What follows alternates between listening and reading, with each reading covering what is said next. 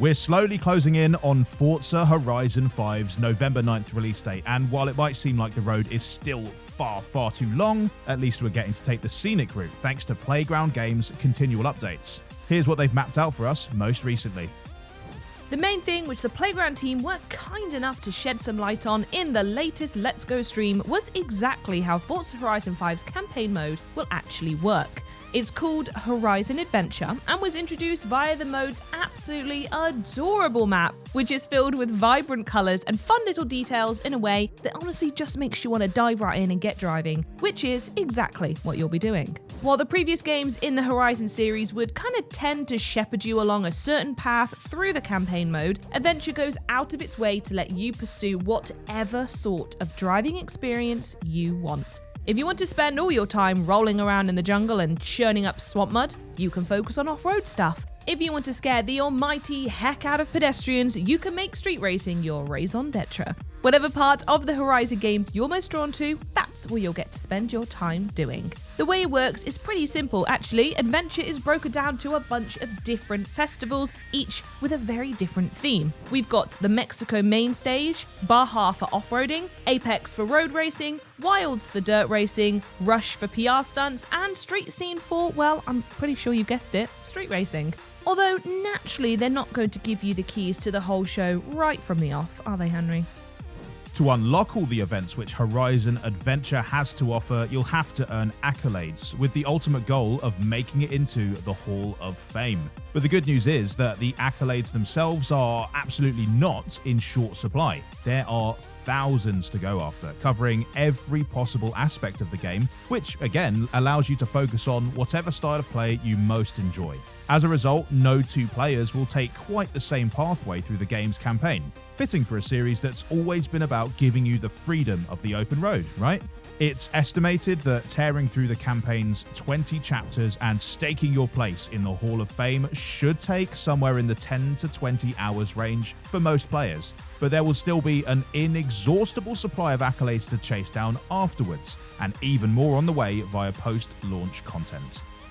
In fact, there's so many that the Playground games have repeatedly stressed that you're not expected to try and earn them all. This isn't a 10-course meal where you want to savor every dish, my dudes. No, it's a giant buffet table that lets you pig out on whatever tastes best suit you. And once you've earned enough accolades, you can go set up a new festival outpost to unlock its events. Making your way to each outpost involves completing an event called an expedition, which sees you making your way towards the new site while learning a little bit about the surrounding area. Once there, you'll have the chance to do some more leisurely exploration, soaking up the atmosphere and uncovering a few hidden secrets. Expeditions make for an incredibly cinematic way to introduce each new site, and you can expect each one of them to be totally distinct with a few surprises built in. So remember to get your seatbelt on right before you set out.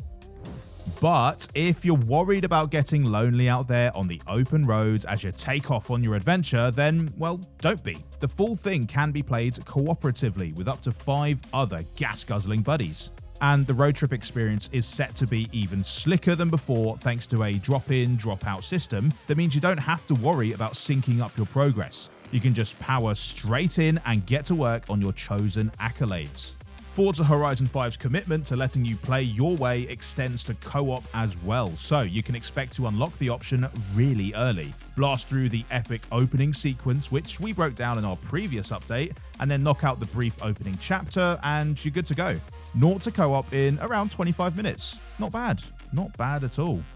Even outside of your chosen Forza buddies, you can expect the 5th game world to feel busier in general. Rather than dividing players up into 72-person servers as the previous titles did, the 5th game is going for a more MMO-ish approach, where everyone is connected to everyone. So while you'll still be able to find some peace out there in the far reaches of the desert or in the thick of the jungle, expect those city centres and town plazas to be positively buzzing. But don't worry about it all descending into vehicular chaos, as the new Kudos system rewards players for playing nicely together by providing each other with hints and even the ability to gift drop new vehicles to one another. The Playground guys described it as rewarding the most socialist of players, which we assume mean those are the most social, but if it also means you get prizes for rising up and seizing the means of production, we're down for that too.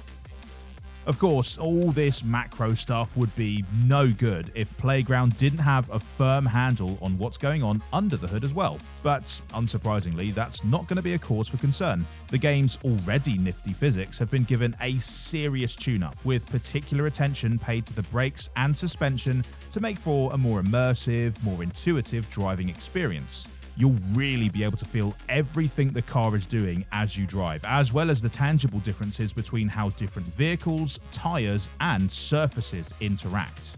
Playground have been hard at work on how the game plays for those who favour a wheel over a traditional gamepad, with a much more tactile level of force feedback that should help you really become one with the car, or at least stop driving into quite so many fences.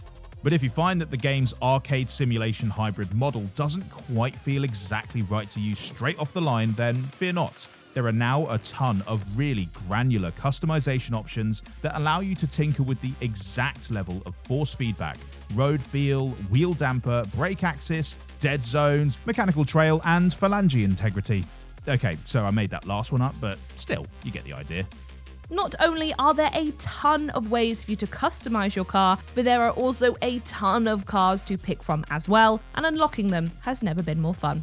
The car collection screen is styled sort of like a sticker album, with each vehicle represented by a colourful little card which flips over when you purchase it, which does make going on a spending spree even more tempting, so please try to contain yourself unless you have the credits. Although if you do manage to complete any one manufacturer's section, then you'll be given a special prize, so maybe do go on a spending spree. I'm not the boss. We don't have a complete list of the game's cars to drool over just yet, but they have been slowly pulling back the curtain, and you can find out all the latest additions by checking the game's social media channels over at Forza Horizon. Forza Horizon 5 looks like the series' most adventurous entry yet, and we simply cannot wait for it to roll onto Xbox Game Pass on November 9th. Or if you're feeling fancy, you can play it a bit earlier on November 5th, and with loads of bonus features if you grab the premium add-on bundle. But until then, be sure to tune in for all the latest traffic reports by subscribing and ringing that bell. Bye!